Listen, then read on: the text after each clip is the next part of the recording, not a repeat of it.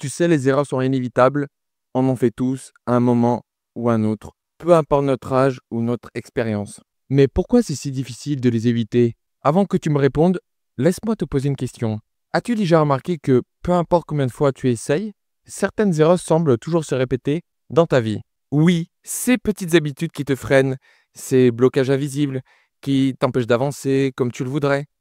Et là, tu te demandes sûrement, pourquoi est-ce si difficile d'éviter ces erreurs? Pourquoi est-ce que même ceux qui ont l'air de tout savoir, même les plus sages et les plus expérimentés, tombent toujours dans les mêmes pièges? Et je vais te dire une chose, ce n'est pas juste une question de mauvaise chance ou de manque d'effort. Non, il y a une raison beaucoup plus profonde et je vais t'en parler aujourd'hui. Parce que oui, tu peux les éviter. Tu peux enfin briser ce cercle vicieux et transformer ces erreurs en succès. Mais le problème, c'est que ces erreurs ne sont pas toujours aussi évidentes qu'on voudrait le croire. Parfois, elles se cachent dans des comportements quotidiens, dans des pensées qu'on considère comme normales, dans des croyances limitantes qu'on entretient sans même s'en rendre compte. Et c'est là que ça devient vraiment urgent. Ces petites erreurs qui s'accumulent peuvent finir par avoir un énorme impact sur ton futur. Tu pourrais rester coincé dans ces situations, être celui ou celle qui n'a pas réussi à sortir de sa zone de confort ou celui qui se demande pourquoi il ou elle n'avance pas. Mais ne t'inquiète pas, je vais te donner les 10 erreurs à ne jamais faire et surtout comment les éviter. Mais avant de commencer, si tu souhaites booster ta confiance en toi rapidement et facilement, tu peux visionner gratuitement ma vidéo exclusive qui t'expliquera tout ça. C'est le lien dans la description. Maintenant, voyons les 10 erreurs à ne jamais faire et comment les éviter. L'erreur numéro 1, ne pas définir un objectif clair. L'absence d'un objectif précis est l'une des principales raisons pour lesquelles les gens échouent. Car lorsque tu n'as pas de but clair, il est difficile de savoir où concentrer tes efforts. C'est un peu comme si tu essayais de naviguer sans carte ni boussole. Tu risques de partir dans toutes les directions sans avancer de manière significative. On va prendre un exemple concret.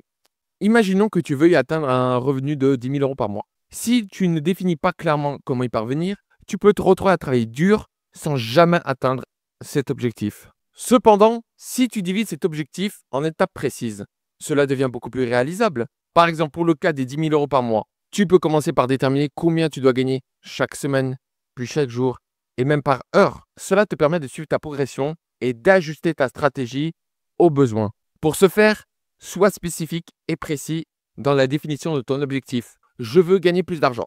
Dis, je veux atteindre 10 000 € de revenus mensuels. Ensuite, divise cet objectif en sous-objectifs mesurables. Par exemple, pour gagner 10 000 € par mois, commence par déterminer combien tu dois gagner chaque semaine, puis chaque jour et même chaque heure pour atteindre ces sous-objectifs. Si tu veux atteindre 357 € par jour, demande-toi quel produit ou service tu dois vendre pour y parvenir. Et surtout, évalue tes progrès régulièrement. Chaque semaine, fais le point pour vérifier si tu as atteint tes objectifs journaliers. Si tu es en retard, ajuste ta stratégie ou augmente ton engagement. Avec cette clarté, tu sauras exactement où tu vas. Et en ajustant ta stratégie à chaque étape, tu restes motivé et tu avances de manière systématique. Et également, cela réduit les risques de découragement et cela t'aide à maintenir un cap précis vers ton succès. L'erreur numéro 2, t'oublier dans le processus. Dans la quête du succès, il est facile de se perdre de vue et de négliger ses propres besoins. Pourtant, pour être performant sur le long terme, il est crucial de maintenir un équilibre. Si tu n'accordes pas suffisamment de temps à ton bien-être, tant physique que mental, tu risques de t'épuiser, ce qui finira par affecter tes résultats. Tu pourrais être tellement concentré sur ton travail que tu oublies de prendre soin de toi. Cela peut sembler productif à court terme, mais avec le temps, cela peut entraîner un épuisement mental et physique, rendant même ton travail moins efficace. Donc, que faire? Planifie des pauses régulières dans ta journée pour te reposer et te ressourcer. Un petit break de 10 à 15 minutes, toutes les 1 ou 2 heures, peut faire toute la différence. Alors, prends du temps pour toi en dehors du travail, que ce soit pour faire du sport, méditer ou simplement te détendre avec un livre ou un film. Cela t'aidera à revenir plus fort et plus concentré. Alors, écoute ton corps et ton esprit. Si tu te sens fatigué ou démotivé, prends une pause prolongée pour te régénérer. Car n'oublie pas, la productivité vient aussi du repos et du bien-être. L'erreur numéro 3, croire que tout est une question de chance. La chance n'est pas un facteur aléatoire. Mais en réalité, la chance sourit à ceux qui sont prêts.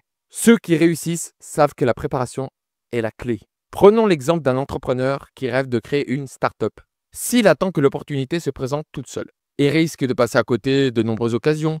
Mais s'il est proactif, qu'il apprend, qu'il s'entoure des bonnes personnes, qu'il crée ses propres opportunités, il augmentera ses chances de succès. Alors voici ce que tu dois faire.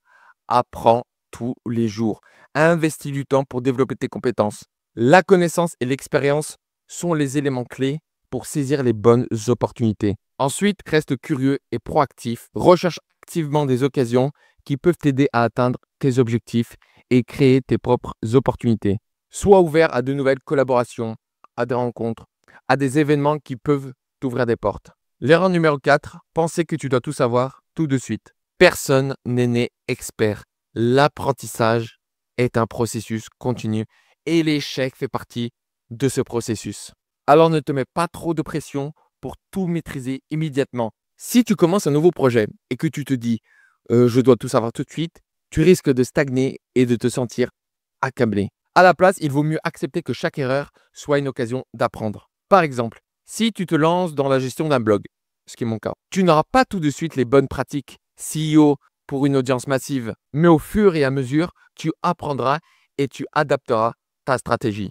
Donc, accepte l'échec comme une leçon, car chaque erreur est une occasion d'apprendre et d'évoluer. Fais des progrès réguliers sans te comparer à ceux qui sont déjà experts dans ton domaine. Et sois patient.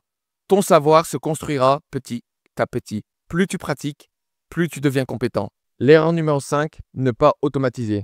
L'automatisation est un excellent moyen de gagner du temps et d'éviter de t'embourber dans des tâches répétitives. Donc, utilise les outils pour automatiser certaines tâches afin de te concentrer sur des activités à plus forte valeur ajoutée. Par exemple, si tu gères une petite entreprise, tu peux utiliser un outil d'automatisation pour gérer tes emails, tes réseaux sociaux ou même ta comptabilité. Par exemple, un outil comme Mailchimp, je ne sais pas si je le prononce bien, peut t'aider à automatiser l'envoi de tes newsletters, te permettant ainsi de gagner des heures chaque semaine. Alors, identifie les tâches répétitives et cherche des outils pour les automatiser, des logiciels de gestion ou de facturation pour faciliter ton travail. Investis du temps pour apprendre à utiliser ces outils efficacement, ce qui te libérera du temps pour des tâches plus créatives ou stratégiques. L'erreur numéro 6, ne pas être constant. La constance est essentielle, peu importe le domaine.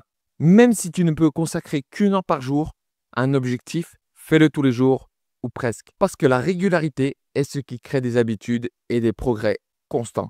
Ce n'est pas une question d'effort intense, mais de travailler de manière efficace et de faire des petites actions répétées avec persévérance. Prenons l'exemple d'un sportif qui veut se préparer pour une compétition. Si au lieu de s'entraîner tous les jours, il choisit de faire des sessions très intenses une fois par semaine, il n'obtiendra pas les mêmes résultats que s'il s'entraînait un peu tous les jours, car la régularité lui permettra d'améliorer ses performances et de maintenir sa forme sur le long terme. Donc commence par te fixer un objectif quotidien, même si cela ne prend que 30 minutes à 1 heure, l'important est la régularité. Crée une routine que tu peux maintenir tous les jours, qu'il s'agisse de lire, d'écrire, de faire de l'exercice ou de travailler sur ton projet.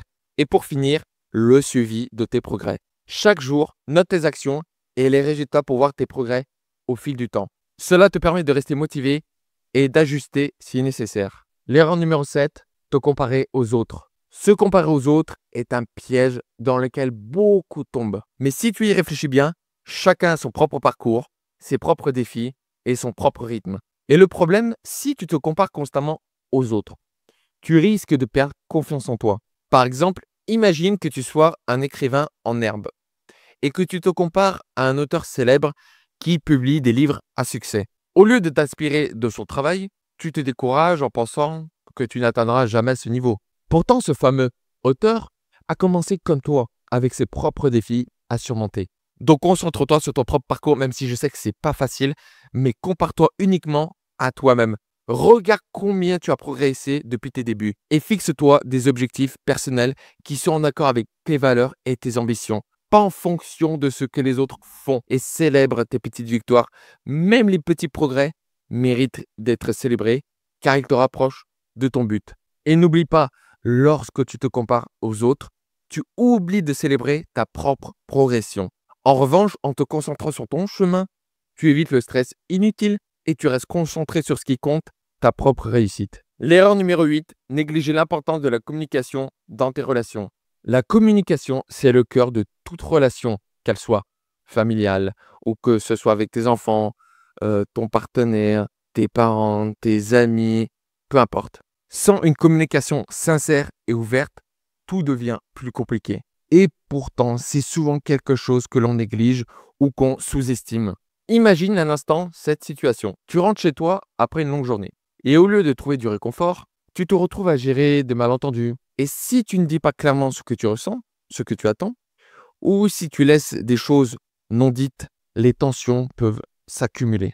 Et c'est ainsi qu'un simple petit désaccord devient une montagne. Alors que faire pour éviter cela? Déjà, exprime-toi franchement et avec bienveillance. Ce n'est pas juste ce que tu dis, mais comment tu le dis. Prends le temps de partager tes pensées et tes émotions de manière claire, mais surtout avec respect pour l'autre. Également, ou tes amis, peu importe qui c'est, écoute-les vraiment. Écouter, ce n'est pas juste entendre les mots, mais ressentir ce qu'ils veulent dire sans juger ni interrompre. Et fais attention à ton corps.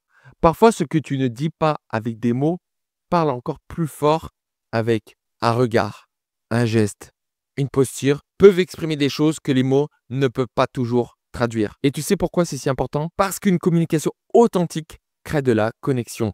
Elle permet à chacun de se sentir écouté, respecté, aimé. Et au fond, c'est ça qui fait que n'importe quelle relation tient et fonctionne. Sans cette communication, les malentendus se transforment en fractures et au lieu de se rapprocher, on se retrouve à s'éloigner. Et une bonne communication, c'est le ciment des relations qui durent, quelles qu'elles soient. L'erreur numéro 9, croire que la perfection est nécessaire. La perfection est souvent un piège. Attendre que tout soit parfait avant de se lancer est souvent une excuse pour procrastiner. La vérité, c'est que l'action est ce qui fait avancer les choses. Par exemple, imagine que tu veux y lancer une chaîne YouTube, mais tu attends que le design soit parfait, le contenu impeccable et tout bien réglé. En attendant, d'autres lancent leur projet et progressent, tandis que toi, tu restes bloqué dans l'attente de la perfection. Donc, mon conseil va être simple, commence dès maintenant. L'action est plus importante que d'attendre le moment parfait. Et également, accepte que l'imperfection fasse partie du processus. Lorsque tu te lances dans quelque chose de nouveau, il y aura toujours des ajustements à faire en cours de route. Mais si tu réévalues et ajustes régulièrement, une fois lancé, tu peux lancer ton projet. Réévalue et ajuste régulièrement. Et une fois lancé, tu peux ajuster ton projet, ton produit ou ton service pour l'améliorer continuellement. Et est-ce que tu sais pourquoi c'est si important? Car en évitant de viser la perfection, tu libères ta créativité et tu passes à l'action plus rapidement. Car le plus important, c'est d'avancer, pas d'attendre que tout soit parfait. Et l'action te permet d'apprendre et de t'améliorer en chemin. L'erreur numéro 10, ne pas avoir de plan B. Avoir un plan A est essentiel, peu importe ce que tu fais. Avoir un plan A est essentiel, mais prévoir des alternatives est tout aussi important. Car les imprévus peuvent arriver à tout moment et un plan B te permet de rester flexible et de t'adapter sans être paralysé. Par exemple, imagine que tu investis énormément de temps et d'énergie dans un projet, mais soudainement un imprévu, comme une crise économique ou un changement de réglementation, compromet tout. Sans un plan B, tu pourrais te retrouver sans solution, mais si tu avais prévu une alternative, tu serais en mesure de pivoter et de trouver une autre voie. Alors la solution est anticipe les obstacles. Prends un moment pour définir aux éventuels défis que tu pourrais rencontrer et préparer des solutions alternatives. Donc tu l'auras compris, il faut que tu sois flexible. Si une approche ne fonctionne pas, sois prêt à changer de direction et à essayer quelque chose de nouveau et reste résilient. Car l'adapter te permet de rester calme et de réagir efficacement lorsque les imprévus surviennent. D'ailleurs, pourquoi tu dois vraiment le faire? Dans un monde en constante évolution, avoir un plan B te permet de rester résilient et d'avancer même face aux pires défis. Et également, cela réduit l'anxiété et te permet de garder le contrôle même lorsque les choses ne vont pas comme prévu. La conclusion.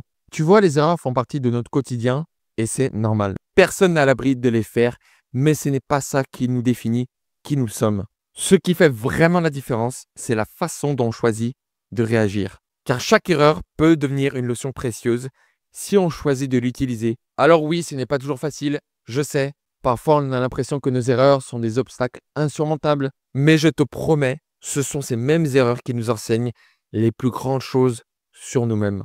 Et avec les outils que tu viens d'apprendre aujourd'hui, tu peux vraiment changer la donne. Si tu as aimé cette vidéo, tu vas adorer ce que je vais te proposer. Si tu souhaites booster ta confiance en toi, découvre une méthode simple qui transformera ta vie dès aujourd'hui. Tu vas découvrir pourquoi tu manques de confiance en toi et comment y remédier rapidement, un secret puissant éprouvé pour renforcer ta confiance sur le long terme et 5 astuces simples et efficaces à mettre en place immédiatement. Si tu es intéressé, c'est le premier lien dans la description. Sur ce, je te remercie beaucoup de m'avoir écouté. Prends soin de toi et on se dit à très vite pour une nouvelle vidéo. Allez, ciao!